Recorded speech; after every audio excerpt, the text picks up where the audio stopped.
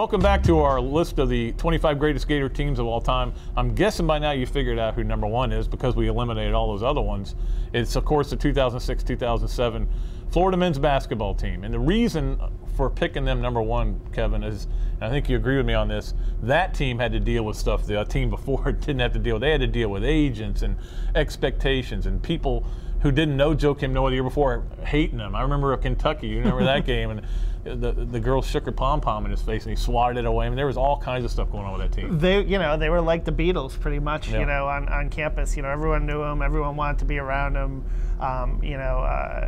Fab Five, whatever you want to call them. I mean, that was just an unbelievable group, and they dealt with the weight of those expectations. Again, got off to a great start, won the SEC regular season title, right? And of course had that little lull in February, but regrouped in March to win their final 10 games, and really, were dominant down the stretch. I remember the SEC tournament, they only never trailed.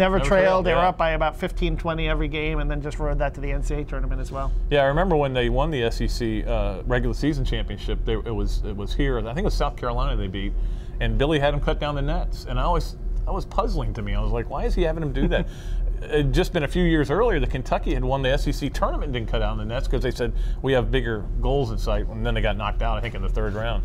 But Florida, for Billy, he wanted them to celebrate and enjoy. And I think it was partly because they were under so much pressure. Yeah, and they went into that little lull after that, and I remember right before the Kentucky game to end the regular season, Sidney Green, Torian Green's dad, right, former NBA player, showed them a tape just to kind of get them to kind of regroup and make them. It was a highlight tape, and it kind of reminded them of how good they are and how well they could play. And from that point, they just really took off in the postseason. Of course, in the NCAA tournament, it wasn't completely smooth sailing. Purdue in the second round. Purdue was a game I thought Purdue was going to get them. They were down in the second half. Carl Landry, obviously playing in the NBA now with the Houston Rockets, was a very tough player, but that was really a season where Al Horford really, whereas Noah, game especially, whereas Noah made a big jump freshman and sophomore year, I thought Horford, sophomore to junior year, really worked, developed that mid-range jump shot, tough defender, really carried him through that NCAA tournament. And I think you've heard this one before, beat Ohio State.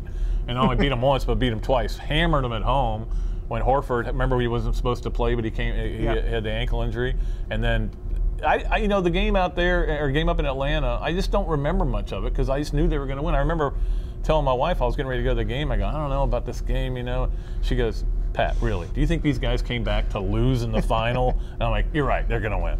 Yeah, exactly. And Butler, it was a pretty tough run when you look back on it. Butler, Oregon with Oregon what's his name? with Aaron Brooks and Tawan Porter, and then beating UCLA again. They had to beat Ben Howland again with that tough, scrappy defensive team in the Final Four to get to the championship game. And Ohio State, as you remember, everyone was concerned about Greg Oden that year.